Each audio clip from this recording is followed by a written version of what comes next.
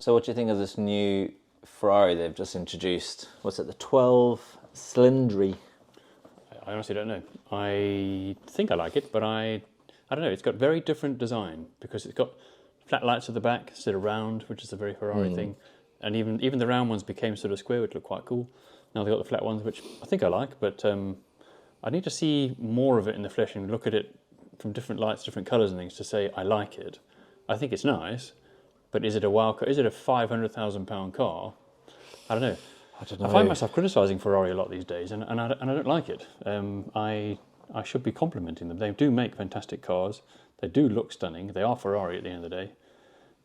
Stupid name, 12-cylinder. They're not very adventurous when it comes to names. When you look at all the names that they've introduced now, I mean, obviously 812 Superfast, 12Cilindri, cool. Yeah. And it sounds cool, but it's like, where's the kind of the flow Testarossa? Where's the kind of, something a little bit different. But then you get Lamborghini with their unpronounceable names. Rivelto. Rivuelto, or Ruelto, as some people say.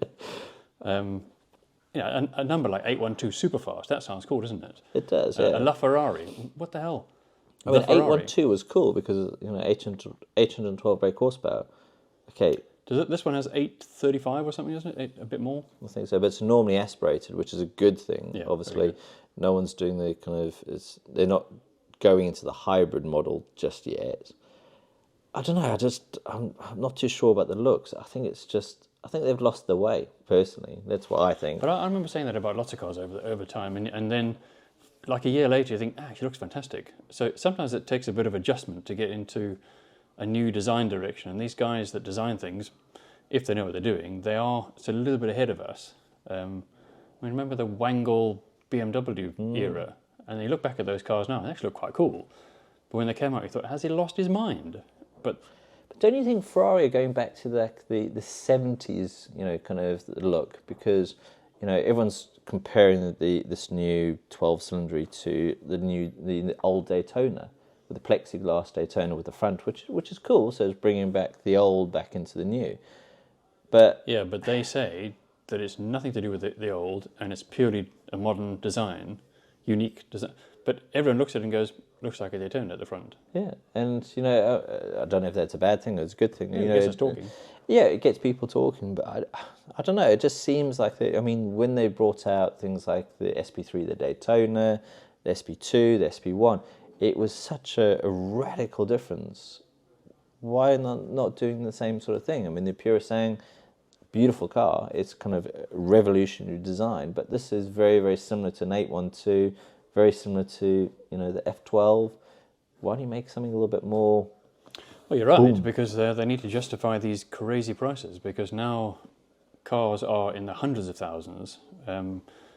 Generally, the base of a model of a Ferrari or something is like 300, 400,000. So this is going to be a sort of 500,000 plus options, maybe £600,000 car.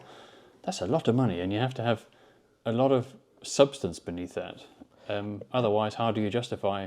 I know, spending the money, and it's when the F12 came out, it was the first Ferrari that hit over the £200,000 mark. So they were fetching 225, 250, and that was so extreme. But the depreciation was even extremer.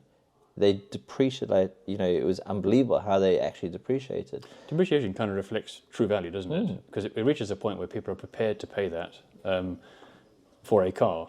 Initially, when they first came up, people wanted it because it's the latest car, but then the true value of that car becomes what depreciation sometimes increases it, sometimes decreases it, normally decreases it, what that car really is worth to the public. You look at a 296, 300,000, it's a V6. So, if that's 300,000, okay, double the price, V12, double the cylinders, 600 grand.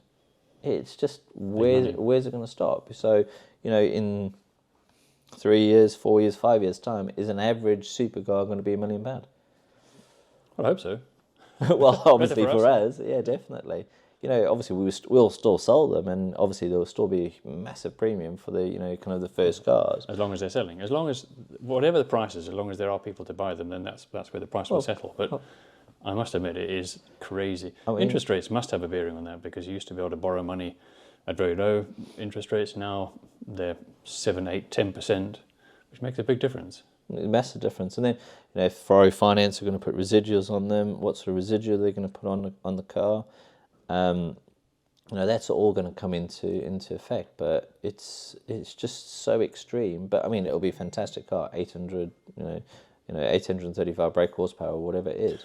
Yeah, when we're straight away from talking about the specific car, haven't we? It's called a 12-cylinder, basically. So the 12-cylinder... The 12-cylinder. The 12-cylinder. Exactly. Looks a bit either fantastic or uninspiring, depending on how it evolves. I think that does take a bit of time. Has got powerful, 835 horsepower. That's a powerful car. It's naturally estimated, so it'll sound fantastic. It won't be dulled down by a turbo. What else is special about it? No, it's just... I just can't get over it. I keep on looking at it as a 70s design car. The 80s cars were unbelievable. There was some, Pininfarina designed some beautiful cars in the 80s with Ferraris, etc. And then the 70s came along, and it was kind of they were quite dull and boring. I think that's what the stage that we're going into. But maybe there's an evolution of the 70s that will become the 2020s. I don't know. I'm with you. I don't know that it's wise to go back to an era where design was bad. Go back to the 80s, it was fantastic. Go back to the 50s, it was fantastic. I'm not sure what the 60s gave us, but certainly the 50s, 80s, 90s were a bit dull. And now we're in an era where there's so much more technology, there's so much more available because of electric cars and adding screens and so on, what cars can do. We're at the tipping point into another phase where we'll have very distinctly different cars. You look at some of the electric cars that are coming out of China, they are beautiful things. Brilliant, yeah, absolutely. Really, and capable. And we've got to somehow, if you're the CEO of Ferrari, you've got to somehow justify how your car is worth £500,000 and theirs is worth £50,000 or £500,000. I mean, look at things like, the 812 Comp. It was quite aggressive, but then they introduced the Aperta. Now the Aperta looks very similar to this 12-cylinder car. The back end of the 12-cylinder looks fantastic as a high angle from the back end. I think that looks brilliant, but from every other angle, it's just and it's not. You bring the Rivolto into the equation. That was quite radical because it upgraded brake horsepower, etc. There was something new and something exciting about that car, the hybrid, etc. And then this car's come through, normally aspirated, a little bit more brake horsepower than 812. And so from a car collector or car purchaser point of view, I'm not excited. I think it looks nice, and I'm sure it will be nice, and I'm sure it'll grow on me. But I'm not excited, and I am a little bit apprehensive about the price. I think it will be quite a steep price. As somebody who's got to sell these cars, sounds like you're not a fan either, mostly because it doesn't seem to justify being their new car. But the thing is, you go out and buy as many 812s as you can. An 812 is now, dare I say, between 200 to 250. It's a hell of a car now, incomparable to 600, or with a premium, say it goes for $100,000 premium. You're talking 700, 800, like the Rivolto. 225, 250, all of a sudden it sounds really appealing for similar brake horsepower and a similar looking car. Well, there's a group of people that'll buy it because it's the new Ferrari. It's the new Ferrari, of course, which is good. That's good for Ferrari. Possibly good for us. But I suspect it's one of those cars that will possibly depreciate quite quickly because there's no substance to build on. How is it going to be worth more? And that is traditionally with Ferraris. Every V12 Ferrari has plummeted in value. Yeah. Yes, I know that from experience. As you know, exactly. So, is this the age that those cars are going to depreciate massively? Quite possibly. I mean, we shouldn't talk it down, should we? They've obviously put a lot of effort into it, and it's probably a fantastic car. But it's surprising that we're sitting here with more negative to say than positive to say, simply because we're not wowed. And if you look at a Rivolto, however you pronounce it, it's a wow car, isn't it? And that's its competition. Well, we did have the first one in the country, so we need to get the first 12-cylinder in the country as well. Yes, and we're quite happy to sell that. Exactly. As long as it's not in that green colour. Do you see the green that they launched it in? It's like a moss green. No, I don't know what they're thinking. I remember when they launched the new FF many years ago. I'm a fan of that car. And it was in a dull silver colour. and you could see everybody's faces go, what is that? What exactly? Why not do it in a popping colour, something that will impress?